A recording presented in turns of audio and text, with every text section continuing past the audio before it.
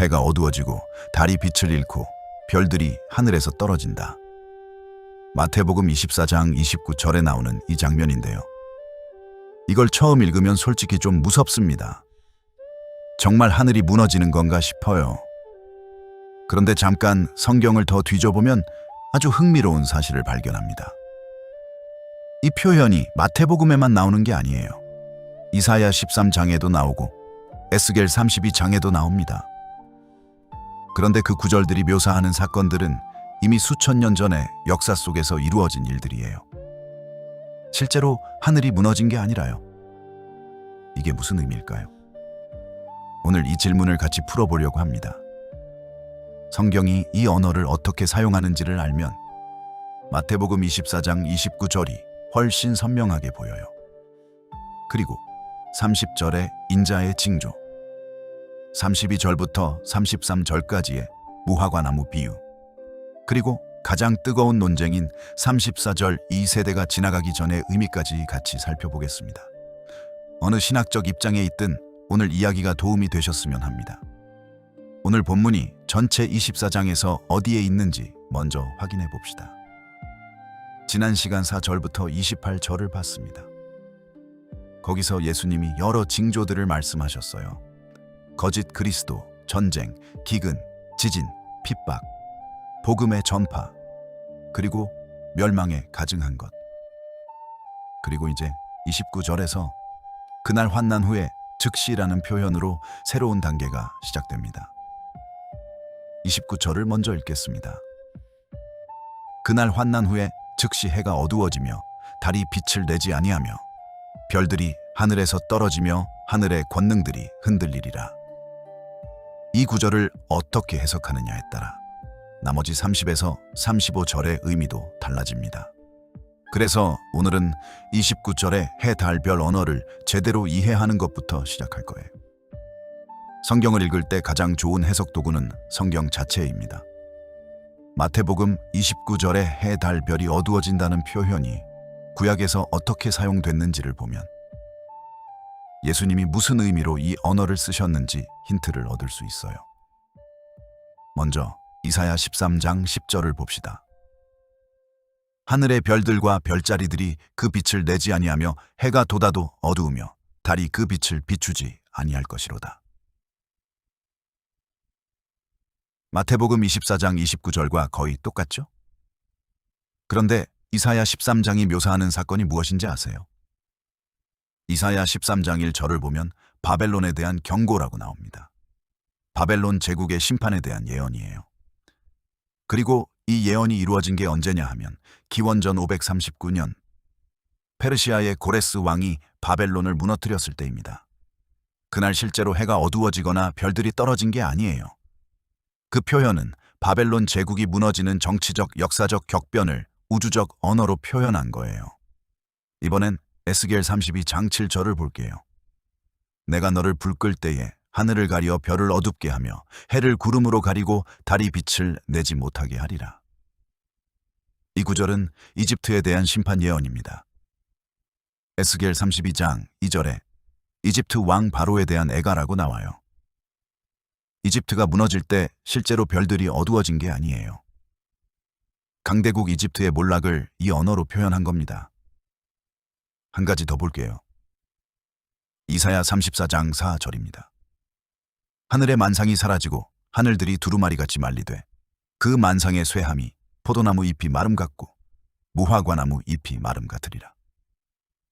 이 구절은 에돔에 대한 심판 예언이에요. 에돔이라는 나라가 무너지는 걸 하늘들이 두루마리처럼 말린다고 표현했습니다. 이제 패턴이 보이시죠? 구약에서 해, 달, 별이 어두워지는 표현은 반드시 천문학적 사건을 가리키는 게 아니에요. 강대국이나 왕국의 멸망, 정치적 격변, 역사적 전환점을 묘사하는 문학적 언어입니다. 신학자들은 이것을 묵시문학적 언어라고 부릅니다. 중동 고대 문학에서 큰 사건을 표현할 때 즐겨 쓰는 방식이에요. 자, 이제 구약의 용법을 알았으니 마태복음 24장 29절로 돌아와 봅시다. 그날 환난 후에 즉시 해가 어두워지며 달이 빛을 내지 아니하며 별들이 하늘에서 떨어지며. 이걸 어떻게 해석할 것인가에 대해 크게 두 가지 입장이 있습니다. 첫 번째 해석, 상징적, 역사적 성취. 프리터리스트 계열 학자들은 이 표현이 AD 70년 예루살렘 멸망의 규모를 묘사하는 묵시 문학적 언어라고 봅니다. 이사야 13장이 바벨론 멸망을 해, 달, 별이 어두워진다고 묘사했듯이 예수님도 예루살렘의 멸망을 같은 언어로 묘사하셨다는 거예요. 이 해석을 지지하는 근거가 있어요. 29절에 그날 환난 후에 즉시라는 표현인데요. 환난이 끝나자마자 이 일이 일어난다고 했으니 기원 후 70년 직후를 가리킨다는 겁니다.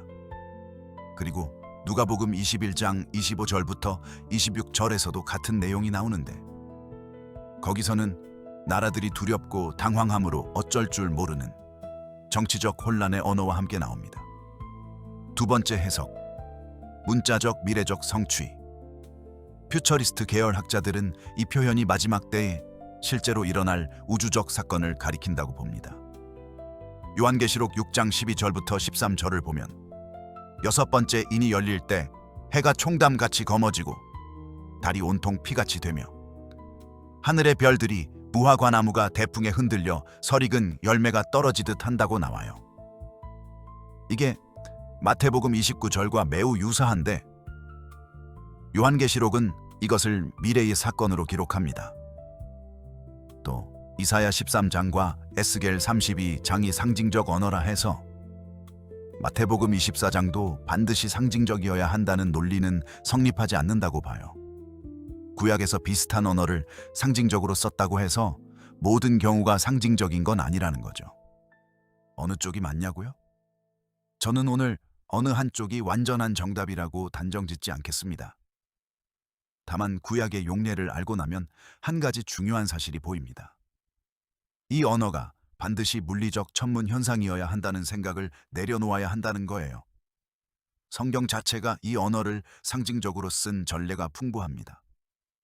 동시에 마지막 때에 실제로 우주적 변화가 일어날 가능성도 열어두어야 합니다. 이제 30절을 봅시다. 이 구절이 오늘 본문의 핵심이에요. 그때에 인자의 징조가 하늘에서 보이겠고 그때에 땅의 모든 족속들이 통곡하며 그들이 인자가 구름을 타고 능력과 큰 영광으로 오는 것을 보리라. 세 가지가 나옵니다. 첫째, 인자의 징조가 하늘에서 보인다. 둘째, 땅의 모든 족속이 통곡한다. 셋째, 인자가 구름을 타고 능력과 큰 영광으로 온다. 여기서 먼저 인자의 징조가 무엇인지에 대한 질문이 생깁니다. 학자들 사이에서 몇 가지 해석이 있어요. 해석 1. 징조는 예수님 자신이다.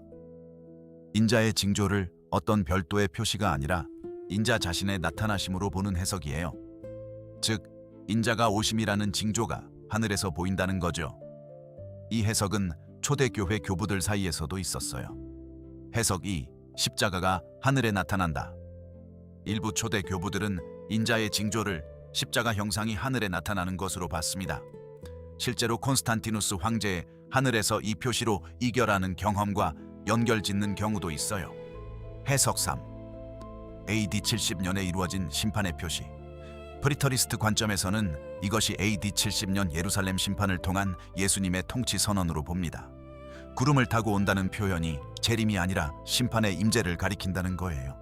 다니엘 7장 13절에서도 인자가 구름을 타고 온다는 표현이 재림보다는 하나님의 통치 수여 장면으로 해석될 수 있어요. 해석 4. 재림을 가리킨다. 퓨처리스트 관점에서는 이것이 예수님의 실제 재림을 가리킨다고 봅니다. 사도행전 1장 11절에서 천사들이 이 예수는 하늘로 가심을 너희가 본 그대로 오시리라고 했는데 구름을 타고 오심이 그 장면과 연결된다는 거죠. 어느 해석이든 한 가지는 분명합니다. 땅의 모든 족속이 통곡한다는 표현이에요. 이게 AD 70년에 이루어졌다면 예루살렘을 잃고 통곡하는 유대인들이고 미래의 재림이라면 준비되지 않은 모든 사람들이 통곡하는 장면이에요. 어느 쪽이든 이 장면은 중대한 심판의 순간을 가리킵니다. 31절을 빠르게 보겠습니다. 그가 큰 나팔 소리와 함께 천사들을 보내리니 그들이 그의 택하신 자들을 하늘 이 끝에서 저 끝까지 사방에서 모으리라. 여기서도 두 가지 해석이 있어요. 프리터리스트는 이것이 AD 70년 후 복음이 온 세상에 전파되어 택하신 자들이 모이는 것을 가리킨다고 봅니다. 퓨처리스트는 이것이 재림 때 실제로 일어날 성도들의 영적 부활과 모음을 가리킨다고 봅니다. 데살로니가전서 4장 16절부터 17절까지의 나팔 소리와 연결하기도 해요. 어느 해석이든 핵심은 같습니다. 하나님이 자기 백성을 잃어버리지 않으신다는 거예요. 흩어진 택하신 자들을 모으시는 하나님의 주권적 행동입니다. 이제 이 본문에서 가장 아름다운 부분이에요. 무화과나무 비유입니다. 32절부터 33절을 읽겠습니다. 무화과나무의 비유를 배우라. 그 가지가 연하여지고 잎사귀를 내면 여름이 가까운 줄을 아나니. 이와 같이 너희도 이 모든 일을 보거든 인자가 가까이 곧 문 앞에 이른 줄 알라. 무화과나무 비유는 자연의 관찰에서 오는 지혜입니다. 무화과나무는 이스라엘에서 흔한 나무예요. 겨울 내내 앙상한 가지로 있다가 봄이 되면 새순이 돋고 잎이 납니다. 그걸 보면 여름이 가까웠다는 걸 알죠. 예수님이 말씀하시는 게 무엇인지 느낌이 오시나요? 징조들을 보면 때가 가까웠다는 걸 알 수 있다는 겁니다. 나침반처럼요. 그런데 여기서 중요한 게 있어요. 무화과나무가 잎을 내는 걸 보고 바로 지금 여름이다라고 하지 않잖아요. 여름이 가까웠다고 합니다. 징조는 때가 임박했다는 신호이지 정확한 날짜는 아니에요. 이 비유가 가르치는 핵심이 여기 있어요. 징조를 보고 깨어있는 자세가 필요하다는 거예요. 날짜를 계산하는 게 아니라요. 그런데 이 무화과나무가 무엇을 상징하는지에 대해서도 학자들 사이에 논쟁이 있어요. 어떤 학자들은 무화과나무가 이스라엘을 상징한다고 봐요. 구약에서 무화과나무가 이스라엘을 상징하는 경우가 있거든요. 호세아 9장 10절, 요엘 1장 7절 등이에요. 이 관점에서는 1948년 이스라엘 건국이 무화과나무의 잎이 돋는 사건이라고 해석합니다. 다른 학자들은 무화과나무가 특별한 상징이 아니라 그냥 자연의 비유라고 봐요. 이스라엘을 상징한다고 볼 이유가 본문에 없다는 거죠. 어느 해석이든 비유의 핵심 메시지는 같습니다. 징조를 통해 때를 분별하라는 거예요. 오늘 본문에서 가장 많은 논쟁이 있는 구절이에요. 34절입니다. 진실로 너희에게 말하노니 이 세대가 지나가기 전에 이 모든 일이 다 이루어지리라. 이 한 절이 수백 년 동안 신학자들의 뜨거운 논쟁 대상이었습니다. 이 세대가 무엇을 가리키느냐에 따라 해석이 완전히 달라지거든요. 첫 번째 해석, 예수님 당시 세대, 프리터리스트의 핵심 주장입니다. 이 세대가 예수님과 함께 살던 그 시대 사람들을 가리키고, 따라서 24장의 모든 내용이 그들이 살아있는 동안, 즉 AD 70년까지 이루어졌다는 거예요. 이 해석에 언어적 근거가 있어요. 헬라어 게네아가 마태복음에서 사용될 때 대부분 당대 사람들을 가리킵니다. 마태복음 12장 39절부터 45절까지 16장 4절 등에서 이 세대는 분명히 예수님과 동시대 사람들을 가리켜요. 두 번째 해석, 마지막 때의 세대. 퓨처리스트 계열에서 많이 보는 해석이에요. 이 세대가 마지막 때의 징조들이 시작될 때의 세대를 가리킨다는 겁니다. 즉, 무화과나무에 잎이 돋는 것을 보는 그 세대, 마지막 징조들을 목격하는 세대가 지나가기 전에 모든 것이 이루어진다는 거예요. 특히 이 해석은 1948년 이스라엘 건국을 무화과나무의 잎이 돋음으로 보는 관점과 연결됩니다. 세 번째 해석, 유대민족. 헬라어 게네아를 종족, 민족으로 번역하는 경우입니다. 즉, 유대민족이 사라지기 전에 이 모든 것이 이루어진다는 거예요. 이 해석은 언어적으로는 덜 일반적이지만 역사적으로 유대인들이 흩어졌다가 다시 모이는 놀라운 현실과 연결될 수 있어요. 어느 해석이 맞냐고요? 각 해석마다 강점과 약점이 있습니다. 첫 번째 해석은 언어적으로 가장 자연스럽지만 앞서 살펴봤듯이 요한계시록이 AD 70년 이후에 같은 내용을 앞으로 될 일로 기록한 문제가 남아요. 두 번째 해석은 미래에 대한 열린 기대를 유지하지만 이 세대를 미래의 세대로 보는 것이 문맥상 자연스러운지 질문이 생겨요. 세 번째 해석은 유대 민족의 지속성이라는 역사적 사실과 연결되지만 언어적으로 덜 일반적이에요. 저는 오늘 어느 하나를 정답으로 말씀드리기보다 여러분이 이 논쟁의 구조를 이해하고 스스로 씨름할 수 있으면 좋겠다는 마음으로 이 내용을 정리했습니다. 35절을 보면 오늘 본문이 놀라운 선언으로 마무리됩니다. 천지는 없어지겠으나 내 말은 없어지지 아니하리라. 이 구절은 논쟁 밖에 있어요. 모든 신학적 입장이 동의하는 부분이에요. 해, 달, 별이 어두워진다는 예언이 상징이든 문자적이든 이 세대가 예수님 당시 세대든 미래 세대든 상관없이 이 한 구절은 변하지 않습니다. 예수님의 말씀은 없어지지 않습니다. 오늘 우리가 씨름한 많은 해석 논쟁들이 있었지만 결국 이 한 문장이 모든 불확실성 위에 닻을 내립니다. 어떤 해석을 따르든 예수님이 하신 말씀은 신뢰할 수 있습니다. 그분이 하신 예언들이 역사 속에서 놀랍도록 정확하게 이루어진 것이 그 증거예요. 히브리서 4장 12절이 생각납니다. 하나님의 말씀은 살아있고 활력이 있어. 살아있고 활력이 있는 말씀. 해석의 논쟁이 있어도 그 말씀 자체의 생명력은 의심할 여지가 없습니다. 오늘 본문이 우리에게 실제로 무엇을 주는지 정리해 봅시다.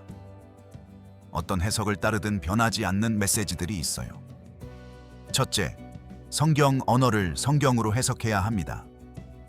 해, 달, 별 언어가 구약에서 어떻게 쓰였는지를 알면 마태복음 29절이 훨씬 풍성하게 보여요.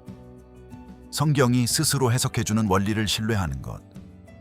이게 성경 읽기의 기본이에요. 둘째, 징조를 보고 깨어 있어야 합니다. 무화과나무 비유가 주는 교훈이에요. 날짜를 계산하는 게 아니라 징조를 보고 자세를 갖추는 것. 이건 모든 시대 성도들에게 적용됩니다. 셋째, 예수님의 말씀은 신뢰할 수 있습니다.